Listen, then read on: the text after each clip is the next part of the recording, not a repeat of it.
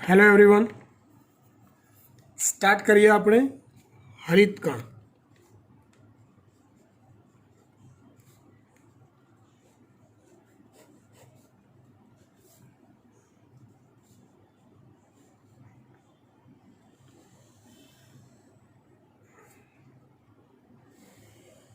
હરિતકણની આપણે બેઝિક વાત કરીએ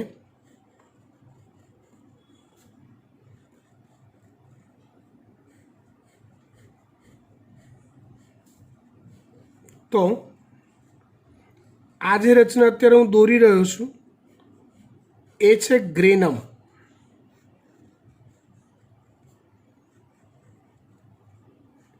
એ રચના છે ગ્રેનમ. ગ્રેનમમાં આવેલો આ જે એક એકમ હોય આ એ છે થાઇલેકોઇડ. થાઇલેકોઇડની આવી થપ્પી જે રચાય આવી એ થપ્પીને કહેવાય છે ગ્રેનમ.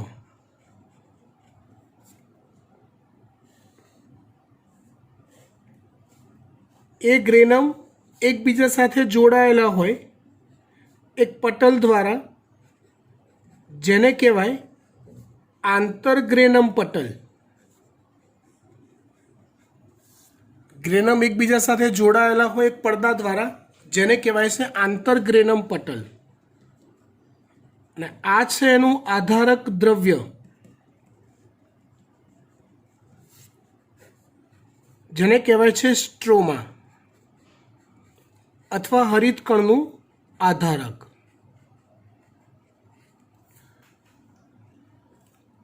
ગ્રેનમ અને આંતરગ્રેનમ પટલ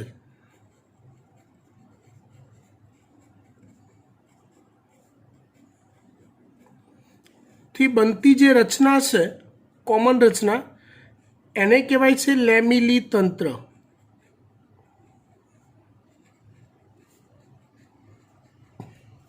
ગ્રેનમ અને આંતરગ્રેનમ પટલ થી બનતી રચનાને કહેવાય છે લેમિલી તંત્ર.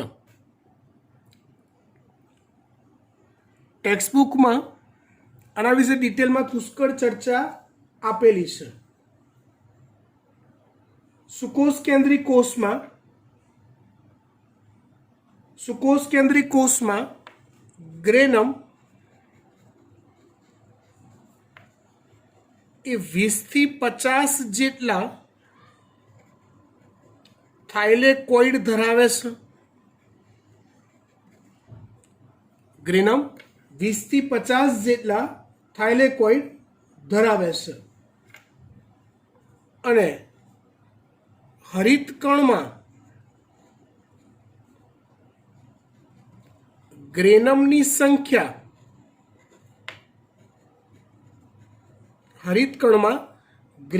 સંખ્યા એ 40 થી 100 જેટલી હોય છે. જગ્યાના અભાવે આપણે ખાલી 3 જ દોર્યા છે, બાકી ગ્રેનમ 40 થી 100 જેટલા હોય એક હરિતકણની અંદર. ગ્રેનમ જે છે એ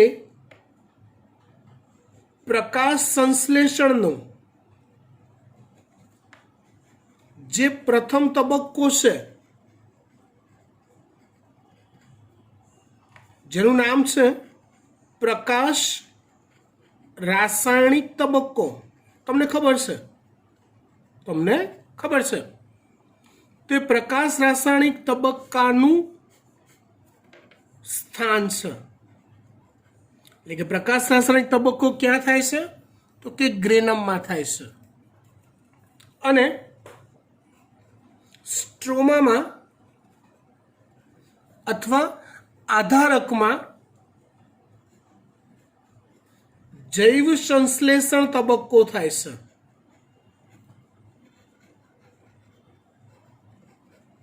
સ્ટ્રોમામાં અથવા આધારકમાં જૈવ સંશ્લેષણ તબક્કો થાય છે. સ્ટ્રોમામાં સીધી ભાષામાં એવું કહી શકાય કે જૈવ સંશ્લેષણ માટેના માટેના જરૂરી ઉત્સેચકો રહેલા હોય છે. બીજા બધા તો ઉત્સેચકો ઠીક છે, બરાબર, પણ એક કોમન ઉત્સેચક બહુ ફેમસ છે જેનું નામ છે રૂબિસ્કો.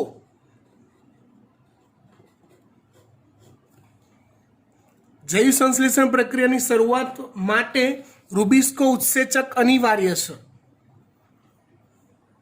જો તમને યાદ હોય તો આ રૂબિસ્કો આરયુબીપી સાથે CO2 નું પણ જોડાણ કરી શકે, તેમજ આરયુબીપી સાથે O2 નું પણ જોડાણ કરી શકે.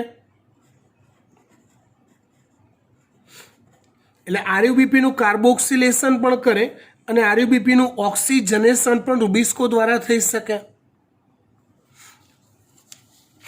જ્યારે આપણે પ્રોટીન ભણતા હતા, આપણે ચેપ્ટર મિક્સ કરી રહ્યા છીએ હો,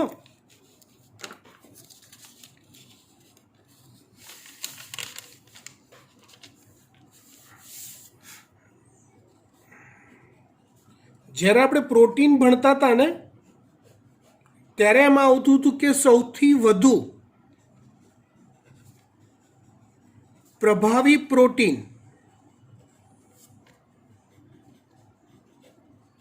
તો કે રૂબિસ્કો છે. તો અહીંયા આપણે લિંક સેટઅપ કરીએ. રૂબિસ્કો સૌથી વધુ પ્રભાવી પ્રોટીન છે તો એ ક્યાં જોવા મળે છે? વનસ્પતિમાં ખરું, પણ હરિત કણમાં હોય ને એમાં પણ સ્ટ્રોમામાં હોય છે. એટલે સૌથી પ્રભાવી પ્રોટીન, પ્રશ્ન આવો પૂછાય કે સમગ્ર વિશ્વમાં સૌથી પ્રભાવી પ્રોટીન અથવા સૌથી વધુ માત્રામાં જોવા મળતું પ્રોટીનનું સ્થાન જણાવો. તો સ્થાન આવે એનું હરિત કણ, લીલી વનસ્પતિમાં હરિત કણના સ્ટ્રોમામાં, લીલી વનસ્પતિના હરિત કણના સ્ટ્રોમામાં રૂબિસ્કો ઉત્સેચક જોવા મળે છે, મળી આવે છે. રાઈટ, ચલો હવે આ ઉપરાંત સ્ટ્રોમામાં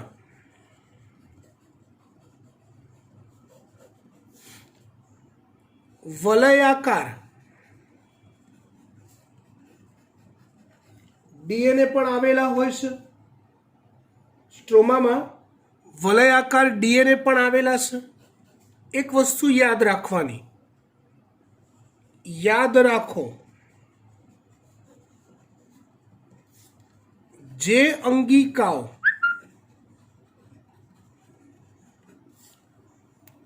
અંગિકાઓ પોતાના આધારકમાં ડીએનએ ધરાવતી હોય તે અંગિકાઓ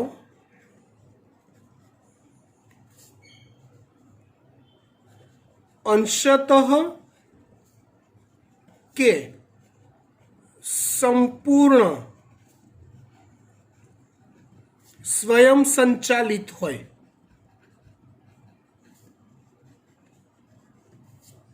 બાકીની અંગિકાઓ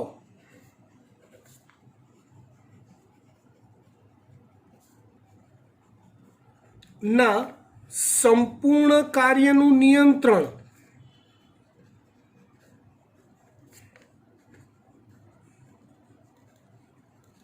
કોષ કેન્દ્ર દ્વારા થતું હોય.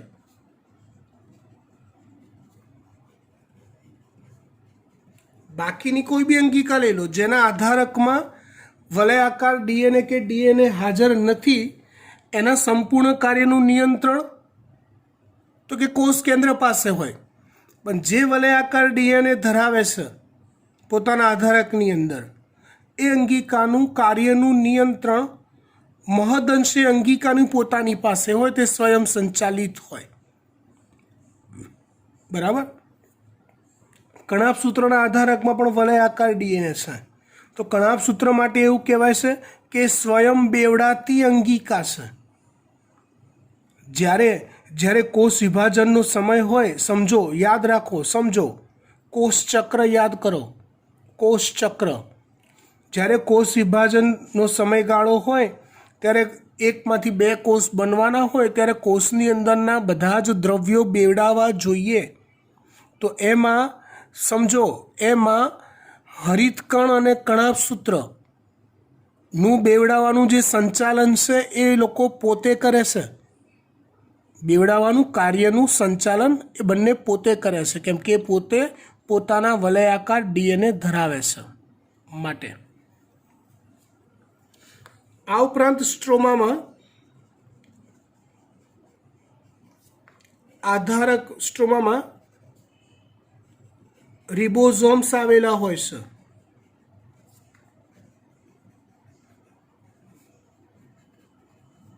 સ્ટ્રોમામાં શું આવેલું હોય છે?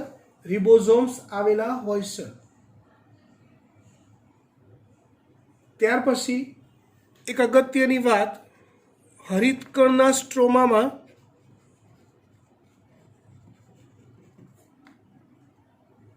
એ પોતે ફેટી એસિડનું સંશ્લેષણ કરે છે. એ પોતે ફેટી એસિડનું સંશ્લેષણ કરે છે અને આંશિક રીતે લિપિડનો સંગ્રહ પણ કરે છે. તે પોતે પ્રોટીનનું સંશ્લેષણ ફેટી એસિડનું સંશ્લેષણ પણ કરે છે અને આંશિક રીતે લિપિડનો સંગ્રહ પણ કરે છે. કોણ? હરિતકણ અથવા હરિતકણનું સ્ટ્રોમા.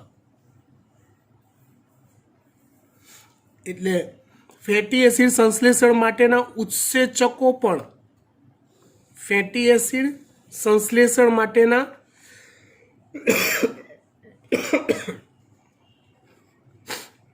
ઉત્સેચકો પણ સ્ટ્રોમામાં આવેલા છે એવું કહેવાય. સમજી ગયા? ઓકે. હવે ત્યાર પછી આગળ વાત કરીએ આપણે એના ગ્રેનમની. તો ગ્રેનમ એ પ્રકાશ રાસાયણિક તબક્કો એ ગ્રેનમમાં થાય છે. પ્રકાશ રાસાયણિક તબક્કામાં તમને જો યાદ હોય તો ઈસવીસન પૂર્વે PS1 અને PS2 આવતા હતા. યાદ આવે છે? PS1 અને PS2 આવતા હતા. તો એમાંથી જે સમજો PS2 ફોટોસિસ્ટમ 2 એ થાઇલેકોઇડ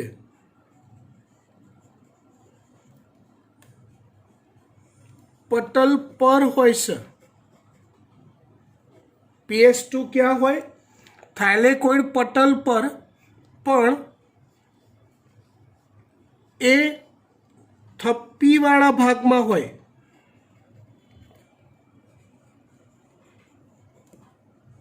થાઇલેકોઇડ પટલ પર હોય પણ ક્યાં હોય? થપ્પીવાળા ભાગ પર હોય. થપ્પીવાળા ભાગ પર મતલબ તો સમજાવો પહેલા લખી કાઢું. હાલો, PS1 જે છે ને એ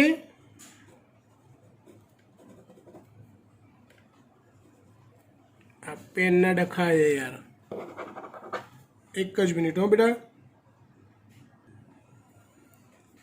PS1 જે છે ને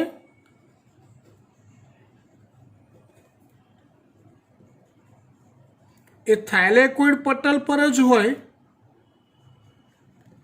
પણ બહારના ભાગમાં હોય અથવા આંતરગ્રેનમ પટલ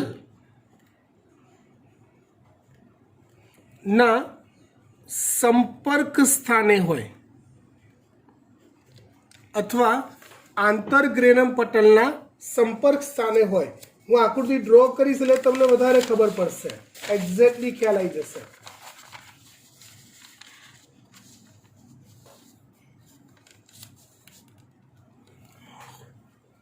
જો ધારો કે આ થાઇલેકોઇડની થપ્પી છે, આ એક, આ બે, એવું નીચે ત્રીજું હશે, આ ચોથું હશે, પાંચમું હશે. આ ઓલા આંતરગ્રેનમ પટલ છે, આ થાઇલેકોઇડ, આ આંતરગ્રેનમ પટલ. તો PS2 જે છે ને એ અહીંયા હોય, આટલા ભાગમાં હોય. સમજો, આટલા ભાગમાં જે થપ્પીમાં એકબીજાને કનેક્ટેડ જે ગ્રેનમ આવતા હોય ને, સોરી થાઇલેકોઇડ, એ ભાગમાં હોય. એટલે PS2 અહીંયા હોય, PS2 અહીંયા હોય. સમજો, જ્યારે PS1 આ ભાગોમાં હોય, આ ભાગોમાં, આ જગ્યા ઉપર હોય. સાઇટોક્રોમ પણ આ જ વિસ્તારો પર હોય છે, અહીંયા જ થપ્પીવાળા ભાગોમાં. સાઇટોક્રોમ જે હોય ને એ પણ થપ્પીના વિસ્તારોમાં જ હોય.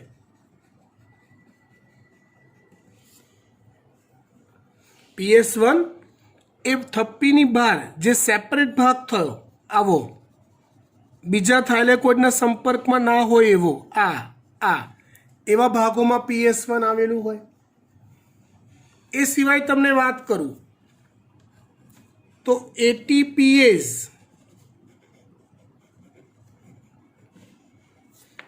ઉત્સેચક સંકુલ પણ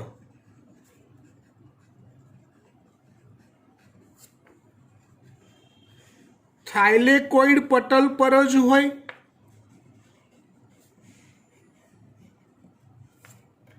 અને એ પણ બહારના વિસ્તારમાં હોય. મતલબ કે સીધા આધારક સાથે કનેક્ટેડ હોય એવા વિસ્તારમાં હોય, આવા વિસ્તારમાં.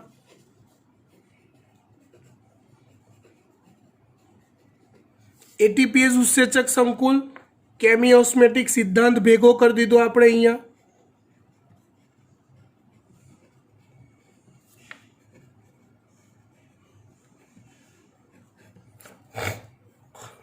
ખબર પડી ગઈ વાત? ઓકે. બીજી એક ખાસ વાત કરીએ. પ્રકાશ સંશ્લેષણમાં પ્રકાશ ઉર્જાનું રાસાયણિક ઉર્જામાં રૂપાંતરણ થાય, સાચી વાત. પણ હકીકતમાં પહેલા પ્રકાશ ઉર્જાનું વિદ્યુત ઉર્જામાં રૂપાંતરણ થાય છે અને ત્યાર પછી એ રાસાયણિક ઉર્જામાં કન્વર્ટ થાય છે. પ્રકાશ ઉર્જાનું વિદ્યુત ઉર્જામાં, ઇલેક્ટ્રોન ઉર્જામાં રૂપાંતરણ જે થયું એ રૂપાંતરણ ને પ્રકાશ રાસાયણિક તબક્કો કહેવાય છે.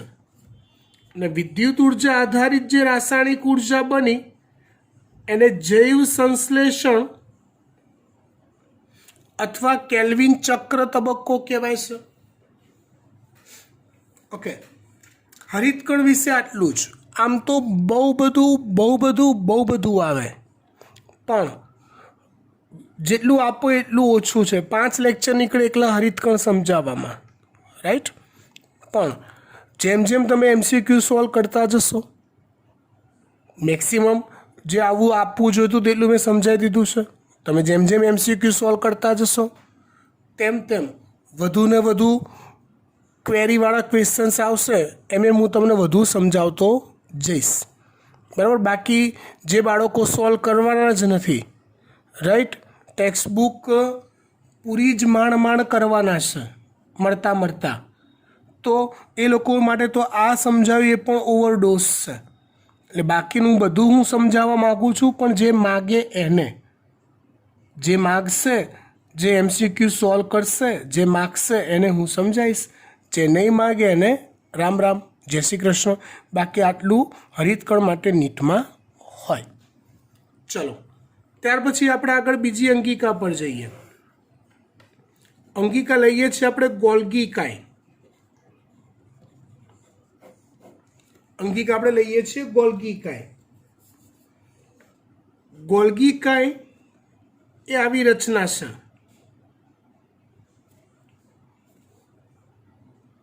આકૃતિ પાછળ દોરીશ એટલે વધારે સરસ દોરી શકાય, અને ડીપમાં મારે લખવું હોય તો લખી શકાય. અહીંયા વાક્યો લખતા જઈએ.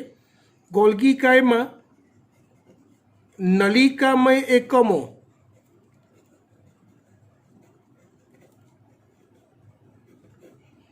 થપ્પીની માફક ગોઠવાયેલા હોય છે. ગોલ્ગી કાયમાં નલિકામય એકમો થપ્પીની માફક ગોઠવાયેલા હોય છે. આ નલિકામય એકમોને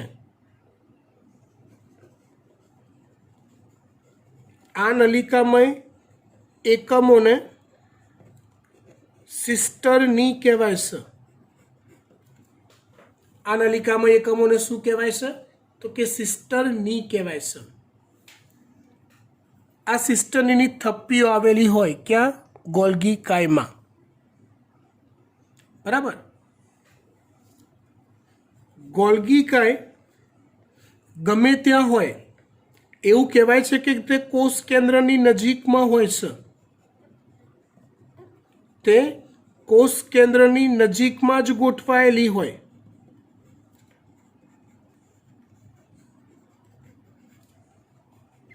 પણ વાસ્તવિકતા એ છે કે એ વાત સાચી, પરંતુ તે અંતઃકોષરસ જાળને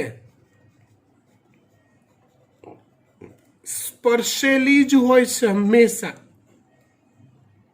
એને સ્પર્શીને જ ગોઠવાયેલી હોય.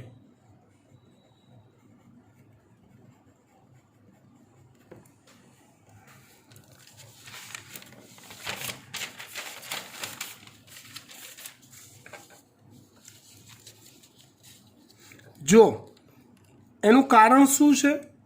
તો અંતઃકોષ આપણે હોટલમાં જમવા ગયા, આપણે રેસ્ટોરન્ટમાં જમવા ગયા, આપણે લોકો માની લો કોરોના બધું પતી ગયું અને બધા ફ્રી થઈ ગયા, રાઈટ.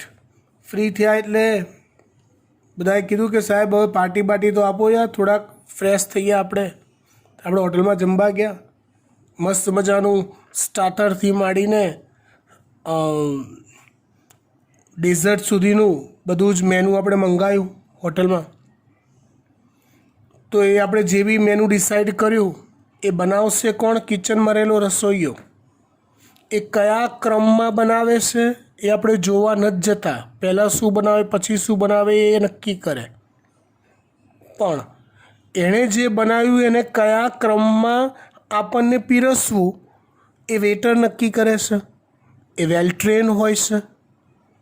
કયા ક્રમમાં પીરસવાનું એ પોતે નક્કી કરે. દાખલા તરીકે હું તમને એક્ઝામ્પલ આપું. પાપડ, દાળ. તો દાળ તો ક્યારની બની ગઈ હોય, ખાલી તમને ગરમ કરીને આપવાની જ હોય. હા, પાપડ તો કયા ક્રમમાં બન્યો એ ખબર નહીં. તમને જે ક્રમમાં પીરસાય છે શું એ જ ક્રમમાં વાનગીઓ બને છે? ના. દરેક વાનગીને બનવા માટેનો ટાઈમ પ્લસ માઇનસ હોય, રાઈટ. ઇન શોર્ટ, તમારી જરૂરિયાત અનુસાર તમારા ભાણામાં મૂકી આપે છે કોણ? તો કે વેટર. અને અનુકૂળતા મુજબ, ફુરસદ મુજબ બનાવે છે કોણ? તો કે રસોઈયો. અંદર કિચનમાં છે કુક, એ બનાવે છે. તો આપણા કોષ માટે સેમ ટુ સેમ આવા જ કામ અંતઃકોષ રસજાળ અને ગોલ્ગી કાય કરે છે. અંતઃકોષ રસજાળ કોષ માટેના જરૂરી દ્રવ્યોનું સંશ્લેષણ કરે છે.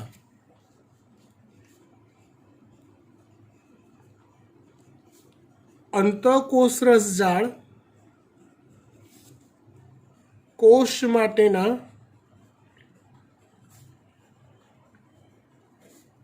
જરૂરી દ્રવ્યોનું સંશ્લેષણ કરે છે.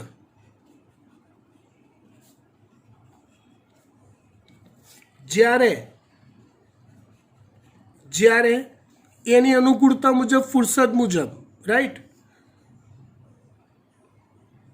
તેના દ્વારા સંશ્લેષિત દ્રવ્યોને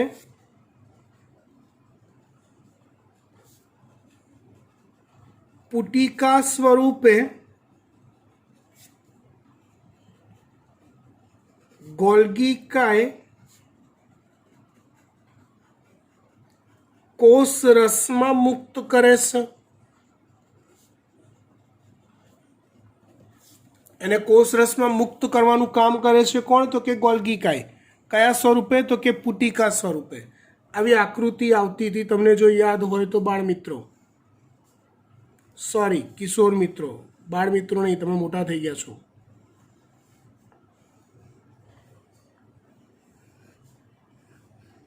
અને છેડે આવી આમ ગોળ ગોળ રચના દોરતા હતા.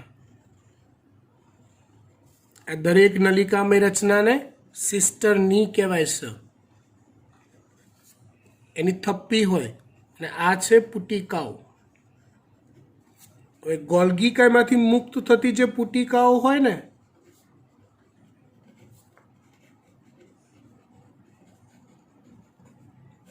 એ બે પ્રકારની હોય.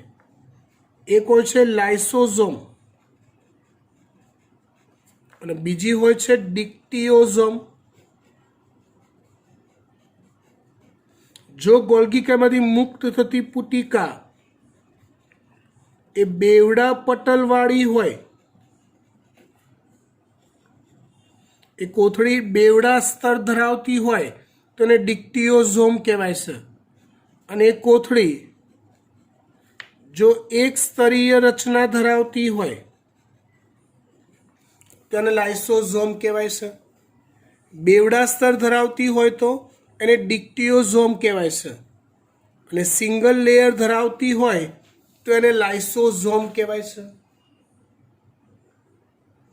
સમજી ગયા વાત? ડન?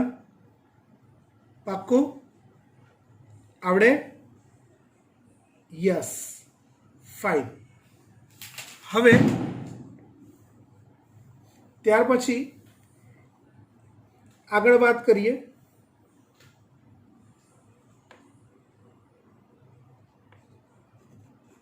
વનસ્પતિ કોષમાં. તમને જો યાદ હોય તો ઈસવીસન પૂર્વે આવું ભણવાનું આવતું હતું. વનસ્પતિ કોષમાં જો વર્ધનશીલ કોષ હોય, અગ્રીય વર્ધનશીલ પેશી, આંતરવિષ્ટ વર્ધનશીલ પેશી, પાર્શ્વીય વર્ધનશીલ પેશી, તે વર્ધનશીલ કોષમાં કાં તો રસધાનીનો અભાવ હોય, અને જો હોય રસધાની, તો કદમાં નાની હોય. વર્ધનશીલ કોષમાં રસધાનીનો અભાવ હોય છે, અને જો હોય રસધાની તો પણ કેવી હોય છે? કદમાં નાની હોય છે. રાઈટ. હવે જ્યારે એ વર્ધનશીલ કોષો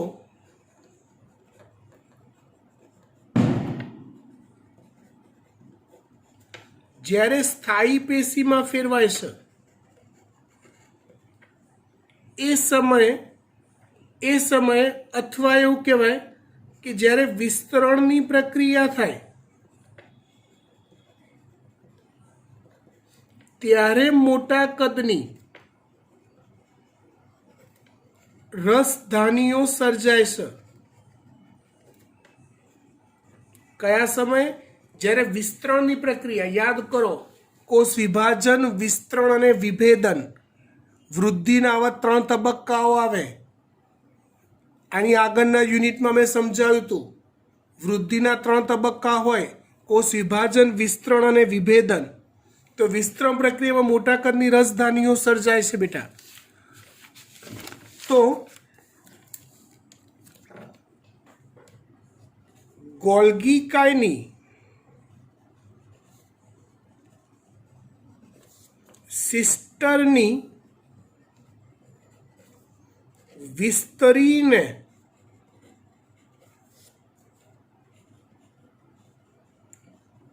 રસધાનીઓનું નિર્માણ થાય છે. મતલબ રસધાનીના પપ્પા કોણ, એના પેરેન્ટ કોણ, તો કે ગોલ્ગી કાયની સિસ્ટરની. મતલબ વર્ધનશીલ પેશીના કોષોમાં ગોલ્ગી કાય તો હોય જ, પણ જ્યારે વિસ્તરણ થાય ત્યારે એ ગોલ્ગી કાય પૈકીના કેટલાક ગોલ્ગી કાયની સિસ્ટરનીઓ વિસ્તરે, મોટી થાય, અનેક ગણી મોટી થાય અને રસધાનીમાં કન્વર્ટ થાય. હું એવું કહેવા માગું છું. ત્યાર પછી બીજી નાનકડી અંગિકા લઈ લઈએ આપણે, લાઇસોઝોમ.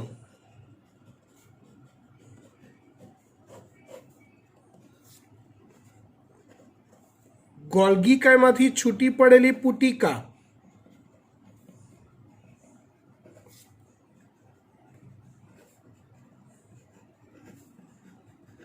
પણ અહીંયા આપણે ચોખવટ કરી શકીએ, આપણી પાસે નોલેજ વધી ગયું છે થોડુંક. કેવી પુટિકા? કેવી પુટિકા? તો કે એક સ્તરીય આવરણ ધરાવતી.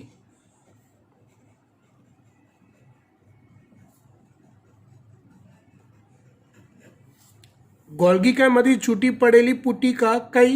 તો કે એક સ્તરીય આવરણ ધરાવતી જે પુટિકાઓ છે એ પુટિકાઓને શું કહેવાય છે? લાઇસોઝોમ કહેવાય છે. આપણે લાઇસોઝોમ માટે ચોપડીમાં આપેલું છે અને આપણને ખબર છે લાઇસોઝોમ એ હાઇડ્રોલેઝ પ્રકારના ઉત્સેચકો ધરાવે છે. હું તમને અહીંયા એક લોજિકલ વાત કરું, સવાલ પૂછું, ચલો તમે તમારી બુદ્ધિથી વિચારીને જવાબ આપો. લાઇસોઝોમમાં આવેલા હાઇડ્રોલેઝ પ્રકારના જે બી ઉત્સેચકો છે, પ્રોટીએઝ, લાઇપેઝ, ન્યુક્લિએઝ, એ બધાનું નિર્માણ કોણ કરે છે? એનું સંશ્લેષણ ક્યાં થાય છે? જવાબ આવે અંતઃકોષરસ જાળ. કેમ કે ગોલ્ગી કાય એ ખાલી, અહીંયા એક વાત કહેવાની રહી કે ગોલ્ગી કાયમાં એ ગ્લાયકોલિપિડ અને ગ્લાયકોપ્રોટીનનું જ સ્વતંત્ર રીતે સંશ્લેષણ કરે છે. એ ગ્લાયકોલિપિડ અને ગ્લાયકોપ્રોટીનનું જ સ્વતંત્ર રીતે સંશ્લેષણ કરે છે. કોણ? ગોલ્ગી કાય. સમજો, લાઇસોઝોમ એ હાઇડ્રોલેઝ પ્રકારના ઉત્સેચકો ધરાવે છે. હવે આ જે હાઇડ્રોલેઝ પ્રકારના ઉત્સેચકો હોય ને, એ નહીં, દુનિયાના કોઈ બી ઉત્સેચકો અલ્ટિમેટલી પ્રોટીનના બનેલા હોય છે. આવું લોજિક શીખવાડું છું તમને, રાઈટ? અને પ્રોટીનનું સંશ્લેષણ કોણ કરે છે? તો RER કરે છે. RER rough endoplasmic reticulum. તમે 11માના વિડીયોઝ જોયા છે એવું હું માની લઉં છું. એટલે હું RER વિશે ડીપમાં પછી જ્યારે અંતઃકોષરસ જાળ સમજાવવાની છે ત્યારે જ સમજાવીશ. તો એ RER દ્વારા પ્રોટીનનું સંશ્લેષણ થાય, તો એ RER દ્વારા જ લાઇસોઝોમના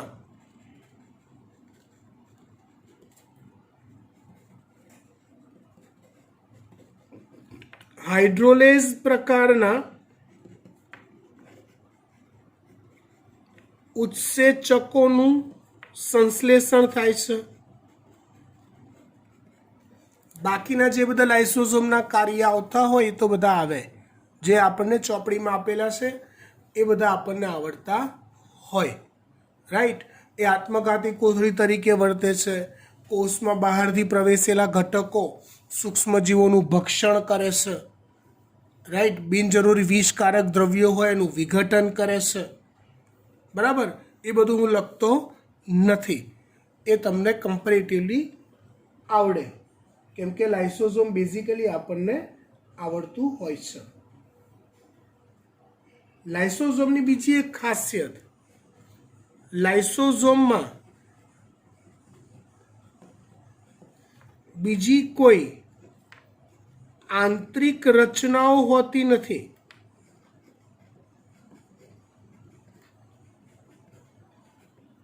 ખાલી આટલું હોય. આ એક લેયર કોથળીની અંદર વિવિધ પ્રકારના હાઇડ્રોલાઇઝ પ્રકારના ઉત્સેચકો હોય. એ સિવાયનું ત્રીજું કશું જ લાઇસોઝોમની અંદર જોવા મળતું નથી, બરાબર. સારું, આપણે આ 3 અંગિકા પૂરતું રાખીએ છીએ. હા, હોમવર્કમાં તમને શું આપવાનું છે એ હું તમને વોટ્સઅપની અંદર તમને ગ્રુપમાં ડાયરેક્ટ મોકલી આપું છું. આ પેજીસની તમારે વન ટાઈમ નોટ બનાવવાની છે, જે બી હું લખું છું એ બધા પેજીસની, જે તમારા માટે ખૂબ ખૂબ ખૂબ કામની થશે, ખૂબ જ ઉપયોગી થશે. આ નોટ્સ જેટલા બી જીનેટિક છે કે રિપ્રોડક્શન છે, બરાબર, બાયોટેકનોલોજી છે, એ બધામાં જેટલું પણ હું લખાવું છું, હું જાતે જે લખું છું ને બધું તમારા માટે આઈએમપી સમજવાનું નીટ માટે, બરાબર. એટલે બધાનો ચોપડો તમારો પરફેક્ટ હોવો જોઈએ. હું ગમે ત્યારે એ ચોપડો જોવા માટે મંગાવીશ, ગમે ત્યારે. એટલે તમારે એ ચોપડો જો નથી બનાવ્યો તો તમારી ખેર નથી, રાઈટ. હા, એટલે એ ચોપડા બનાવવા માટે તમારે આ કરવાનું છે, સમજી ગયા. પણ હોમવર્ક શું છે હું ગ્રુપમાં લખું છું. ગ્રુપમાં હોમવર્ક તમારે આ સેન્ડ કરવાનું નથી, બીજું કંઈક કરવાનું છે, હું તમને આપું છું. બાય.